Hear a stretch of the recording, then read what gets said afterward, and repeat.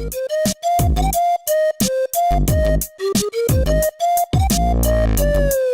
everybody, welcome back to episode 2 of the Home Alone podcast. I'm your host, Kaynon, and with me today I have my recently deported host of the Home Alone podcast.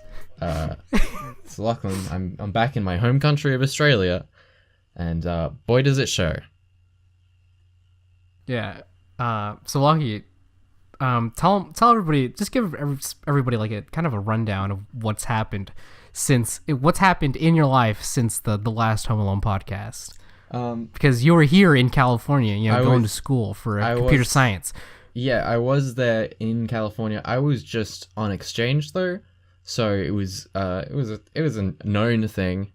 I was sent back. I didn't do anything wrong, and no one can prove that I did. So, sponsoring this episode is one of my favorite companies, Blue Apron. It makes cooking easier. I haven't cooked for myself in close to 3 to 4 weeks, mostly because I am a broken shell of a human being. Do you know there was a sequel to Richie Rich?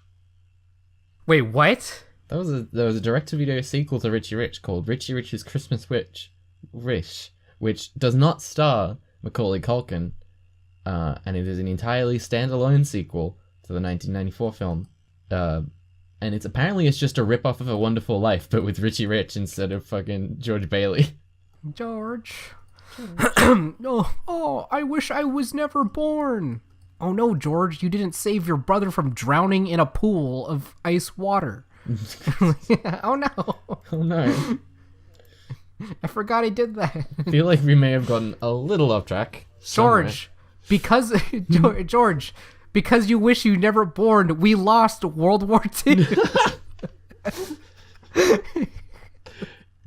Oh no.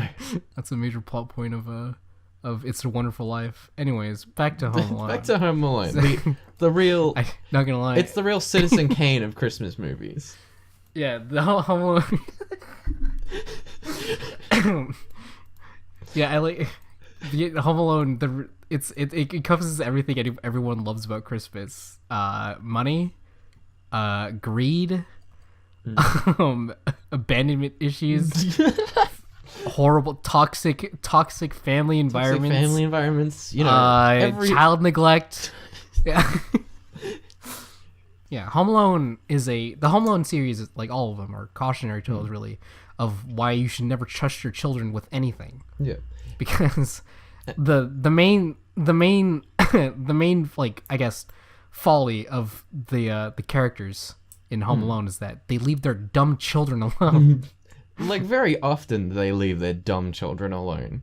And their dumb children then do dumb shit. Like, buying an entire hotel, or like buying the penthouse suite of an entire hotel, I believe is the conceit of Home Alone 2. Yeah. Also, I would like to say something about the Home Alone 3 kid. Yeah. He was played by Alex D. Linz. Who is that?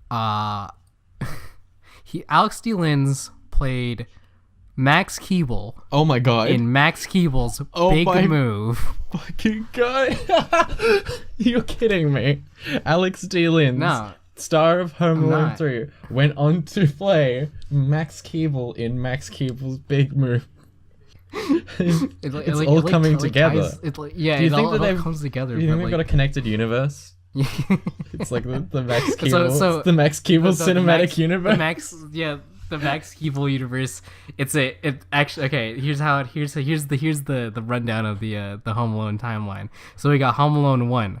So there's 2 different timelines that come out of it. Kevin McAllister stops the Wet Bandits, which is Home Alone 2. That leads into Home Alone 2. And then it's Kevin McAllister doesn't stop the Wet Bandits, which leads into Home Alone 3. Because it's just a entirely different kid in general. And then there's also the third option, right? Where Kevin McAllister gets injured and he gets a huge settlement, and we end up in the Richie Rich timeline. Now does it go Home Alone 1, Home Alone 2, Home Alone 4? Because they all actually center on the same children. Yeah, but is Home Alone 4 is like Kevin McAllister though, right? Like, Home Alone 4 is Kevin McAllister. but just an it's alternate universe Kevin Kevin McAllister, where he's a different child. So that's, I guess that's like Home Alone like remix, you know? That's like a side Home story. Alone, I don't think that's it's Home Alone. I honestly don't think that's canon.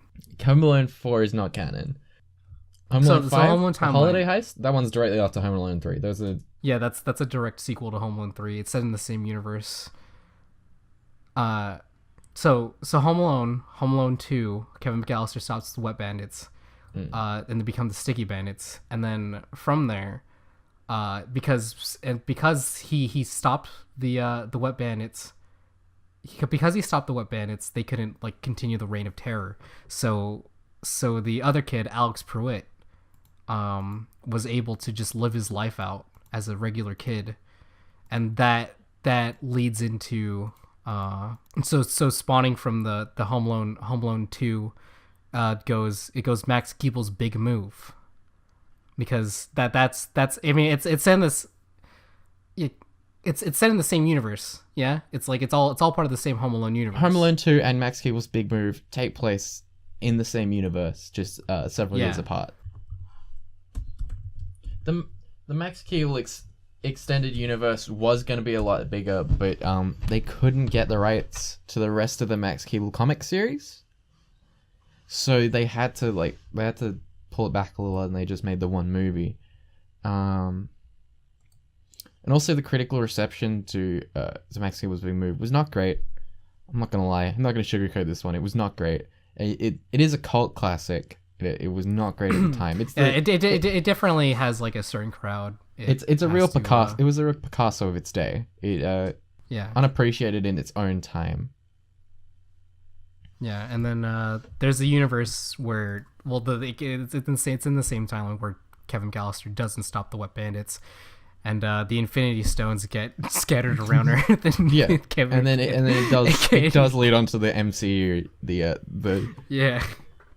But we don't want to get. That's a very different podcast. That's a very different podcast. Okay. Before we get our callers in, I have to thank our sponsors once more. Blue Apron. Yeah. Fuck. Welcome, my two guests. Welcome to the Home Alone podcast. Please go ahead and introduce yourselves. I'm James. I'm very sleepy right now. Hello. I'm Kyle. I'm still kind of scrambled from getting dragged through the dimensional rift that took me here. Where am I? You, sir, are on the Home Alone podcast. Anyways, you guys have questions? Our intern said you guys had some questions for us about the Home Alone universe. Are you talking about are you talking about like Home Alone 3 where he has the RC car? I haven't seen Home Alone. What the fuck, Jelly? Do you remember the part where Tim Curry looks at Kevin and he pulls at his tiger playback, and he goes, "I'm Nigel Thornberry." Yeah. So, anyways, thank you guys for watching the Home Alone podcast, episode 2. I hope I can find my car. Okay. One last shout out to our sponsor, Blue Apron. Blue Apron. It's a Blue Apron. Okay, just eat it. Thank you for listening. Thank you to our guests, James and Kyle, and thank you to you especially. What? The last time I was this tired. Okay, well, fine. I'm just saying the last time I was this tired and I drove, I skidded against the side of the fucking barricade and I lost. Wait, are you not home? Look, I'll just. Where are you going? Okay, I'll drive this time. You know how I feel about driving. But... Yeah, I get it, but I'm really tired. All right, I don't want us to die. See, because they drove to the recording studio together, to phone call us from even the parking lot of the recording recording studio. They're calling, so they. Yeah, actually, we drove to a phone booth so we could call in. We don't have a phone anymore. Yeah, we don't have a phone anymore. We can't afford it. The landlord came and much like the thieves from Home Alone, took our stuff in the night. Unfortunately, unlike Home Alone, we didn't have any booby traps, so he came right in with the master key, and he just took everything. Oh shit! Wait, James, look.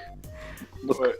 Driving's not a problem anymore. We're getting towed. Our car's being repossessed. God before damn it! our We eyes. gotta go. Okay, we gotta go. I'm sorry. Hey, buddy, put that Our car last back food up. is in there. Fuck.